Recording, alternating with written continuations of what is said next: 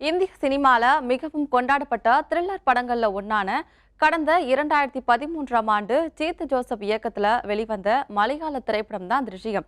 இந்த படம் வசூல் ரீதியாகவும் விமர்சனங்கள் ரீதியாகவும் நல்ல வரவேற்பை பெற்றிருந்துச்சு. இந்த படத்தோட தமிழ் ரீமேக்ல கமலஹாசன் நடிச்ச பாபநாசம் வெளிவந்துச்சு.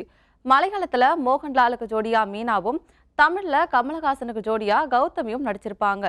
தமிழ் மட்டும் இல்லாம இந்த படம் தெலுங்கு, கன்னடம், ஹிந்தி ஆகிய மொழிகளிலும் ரீமேக் செய்யப்பட்டு வெளிவந்துச்சு.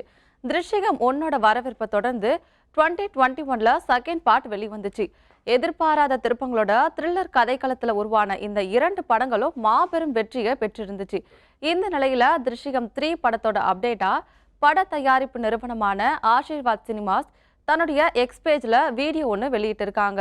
அந்த வீடியோல இயக்குனர் ஜீத் ஜோசப், தயாரிப்பாளர் மற்றும் மோகன்லால் 3 பேருமே ஒன்னா இணைஞ்சு கை குலுக்கி இருந்தாங்க.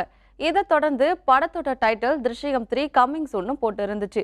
மேலும் October 2025 the camera turns back to Georgekutty, the past never stays silence அப்படின்னு குறிப்பிட்டிருந்துச்சு. இது மட்டும் இல்லாம லைட் கேமரா அக்டோபர் அப்படின்னு குறிப்பிட்டிருந்துச்சு. அதனால திருஷ்யம் 3 அக்டோபர்ல இருந்து ஷூட்டிங் ஸ்டார்ட் ஆக போகுதுன்னு தெரிய வருது.